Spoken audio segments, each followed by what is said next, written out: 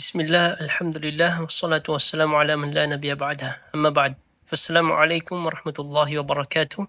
حياكم الله وبياكم جميعا.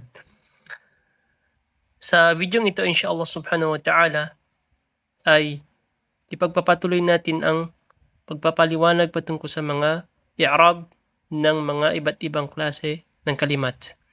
At natapos na natin ang al-mu'rabatu bil harakat, yaong mga kalimat na kung saan ang nagbabago sa kanila ay ang mga vowels. Dhamma, fatha, kasra, sukun.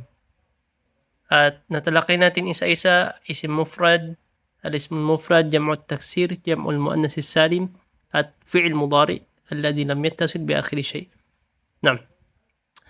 Ngayon ay dadako na tayo sa ikalawang bahagi o ikalawang uri ng al-mu'rabat, which is ang al-mu'rabatu bil huruf. Yaong mga nagbabago ang kanilang i'rab sa pamamagitan ng mga huruf. So hindi mga vowel yung nagbabago dito, pagkus yung mga huruf. Ang una ay al-muthanna. Pangalawa, jam'ul mudhakkar salim. Pangatlo, al-asma'ul khamsa.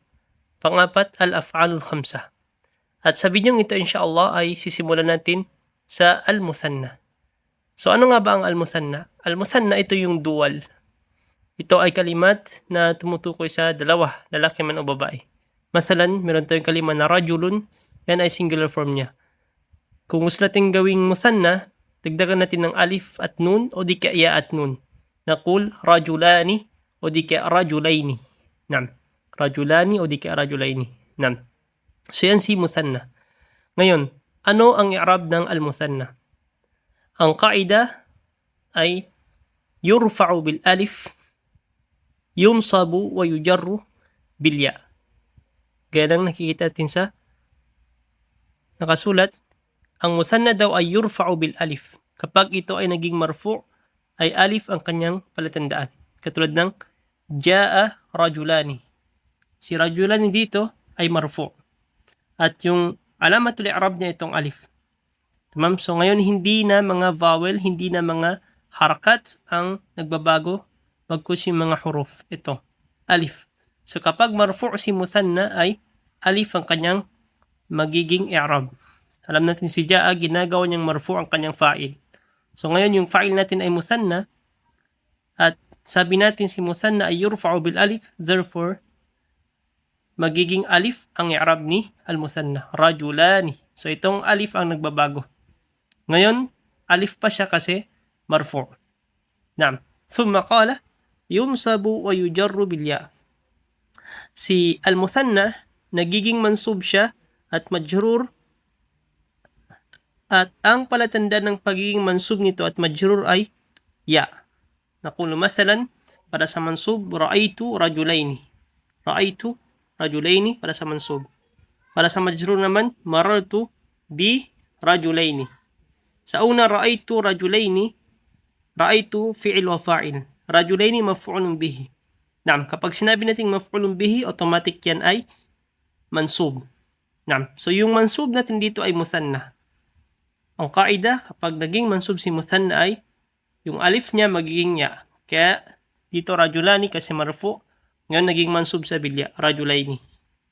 At ganoon din sa pagiging majrur. Meron tayong harf ba dito, harf jar, b. Itong b na ito, ginagawa niyang majrur, ginagawa niyang kasra, yung isim na pagkatapos niya. Ngunit ang kalima na pagkatapos niya ay hindi isim mufrad, hindi yung al-mu'rabatu bil harakat. Bagkus ito ay kabilang sa al-mu'rabatu bil huruf. Yan yung nagbabago, hindi vowel, bagkus mga letter. So ngayon si muthanna, ang sabi natin, yujarru bil ya. Kapag naging majrur siya, ya ang kanyang i'rab.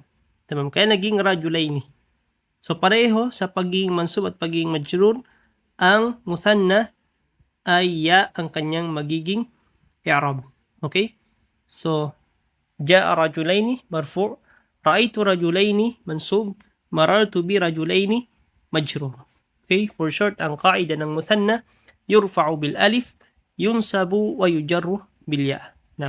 هذا الله أعلم وصلى الله وسلم وبارك على نبينا محمد وعلى آله وصحبه أجمعين. السلام عليكم ورحمة الله وبركاته.